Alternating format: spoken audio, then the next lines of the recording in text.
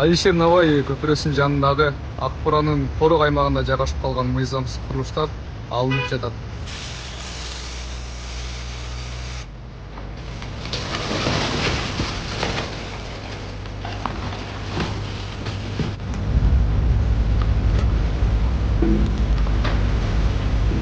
Абсымат Масалиев 17 дарегине жайгашкан Аль-Мансур жана Абу Бакир тамактануучу жайларынын белгиленген жерден мыйзамсыз чыгып кеткен курулуштары алынууда.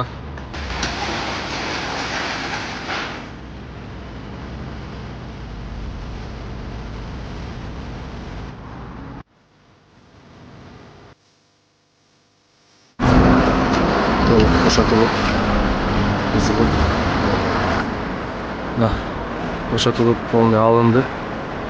Максимум суда борборунун алдында мыйзамсыз курулуш иштери аныкталган. Учурда курулуштар токтотулуп, толук алынды.